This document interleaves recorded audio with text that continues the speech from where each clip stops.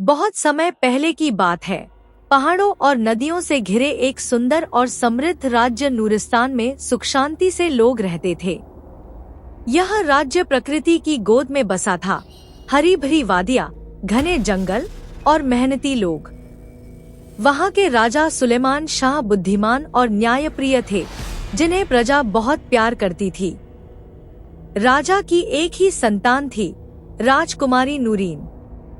वह न केवल सुंदर थी, बल्कि समझदार, दयालु और साहसी भी थी।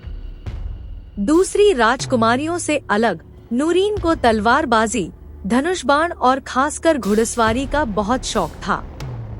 जबकि अन्य राजकुमारियां महल में समय बिताती थी, नूरीन अक्सर अस्तबल में अपने प्रिय घोड़े अब्रक के साथ होती। अब्रक एक काला, तेज और शक्तिशाली घोड़ा था, जो उसे 10वें जन्मदिन पर उपहार में मिला था। अब्रक और नूरीन का रिश्ता बहुत खास था। वह केवल नूरीन की बात सुनता, किसी और को पास नहीं आने देता और उसकी भावनाओं को जैसे समझ लेता था। जब नूरीन उदास होती, अब्रक अपना सिर उसके कंधे से सटा देता। जब वह खुश होती, तो वह खुशी से हिनहिनाता।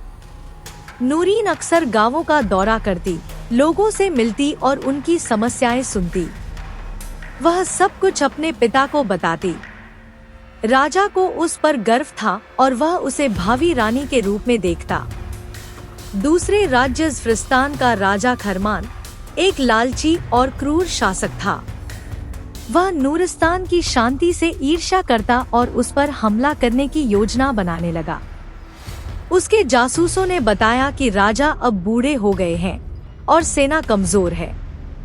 यह सुनकर वह युद्ध की तैयारी में लग गया। राजकुमारी नूरीन को कुछ गड़बड़ महसूस हुई।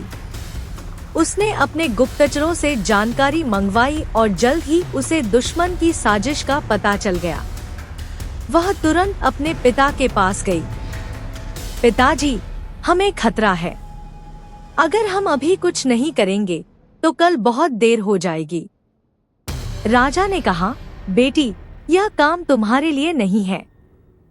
पर नूरीन पीछे नहीं हटी। अगर हम चुप रहेंगे तो राज्य नष्ट हो जाएगा। मुझे दुश्मन के इलाके में जाकर सच्चाई पता करने दीजिए। राजा ने भारी मन से इजाजत दे दी। उस रात नूरीन सैनिकों की तरह कपड़े पहनकर अपने वफादार घोड़े अब्रक पर सवार हुई। वह घने जंगलों, नदियों और पहाड़ियों को पार कर 3 दिन बाद ज़फ़रिस्तान की सीमा पर पहुंची। एक ऊंचाई से उसने दुश्मन के शिविर को देखा। उसने सैनिकों की संख्या, हथियार और रणनीति सब जान ली। वापसी में एक दुश्मन सैनिक ने उसे देख लिया और पीछा शुरू कर दिया। अब्रक समझ गया कि खतरा है। वह बिजली की रफ्तार से दौड़ पड़ा। तीर चलाए गए, जाल बिछाए गए, लेकिन अब्रक ने नूरीन को सुरक्षित नूरिस्तान पहुंचा दिया। नूरीन ने तुरंत दरबार बुलाया और सब कुछ बताया। उसने योजना बनाई कि कैसे पहाड़ों, नदियों और जंगलों का उपयोग कर थोड़ी सी सेना से भी दुश्मन को हराया जा सकता है। राजा और सभी जनरल उसके साहस और बुद्धिमानी से प्रभावित हुए। उसे सेना की कमान सौंप दी गई।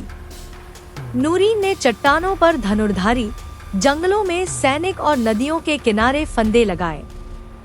वह खुद मोर्चे पर अब्रक के साथ तैनात हुई। युद्ध का दिन आया। ज़फ़रिस्तान की सेना ने सोचा था कि जीत आसान होगी, लेकिन उन्हें हर कदम पर आश्चर्य हुआ।